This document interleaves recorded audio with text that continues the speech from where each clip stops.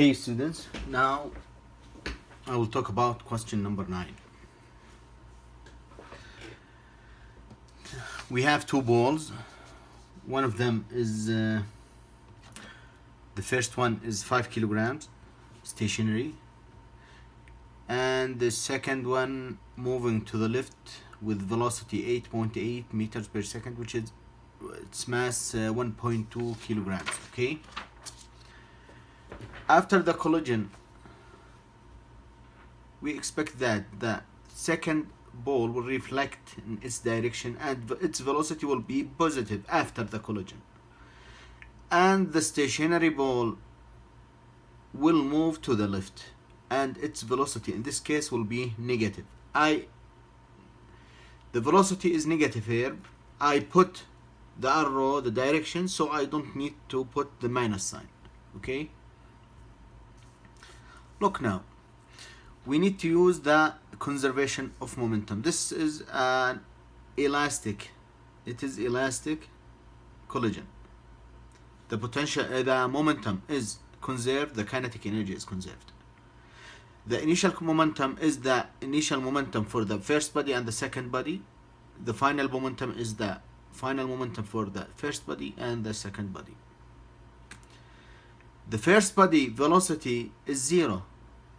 Its initial momentum is 0. The second one, its momentum is its mass multiplied by negative 8.8. This will be equal to negative 10.58, which is equal to 5, which is the first mass, multiplied by the first ball velocity after the collision, we don't know it, plus the mass of the second ball multiplied by its velocity after the collision, we don't know it. So we have two unknowns in this equation. Now we need to use another equation to solve this system of equations for two unknowns. Okay, the kinetic energy for the first body, which is half m for it, multiplied by v squared for the first ball, this one. The kinetic energy for the second ball is half m2 v2 initially squared, which is equal to the kinetic energy after the collision. But each term of these terms has half. We can cancel it from all. We can multiply by 2. The 2 will cancel all of the thing for each term. So just we need to use m1 v1 squared plus m2 v2 squared. v1 squared 0 squared, this term will be 0. This term will be 92.928, which is the kinetic energy. Comes from the kinetic energy from the second ball, which is equal, after the collision, 5, which is the mass, multiplied by v squared. We don't know it. It's the same as the initial, the first equation, plus the mass 1.2 multiplied by v2 finally squared, which is unknown. Now we have two equations, two unknowns. We can find them. Okay, these are our equations, the first one and the second one.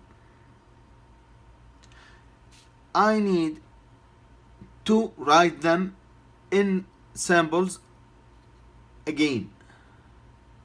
I will not use the numbers. I need to show you something. From the first one, I do this to find the unknowns in general. Okay, from the first one, v2, this is v2 final, is equal to, I can reorder this formula.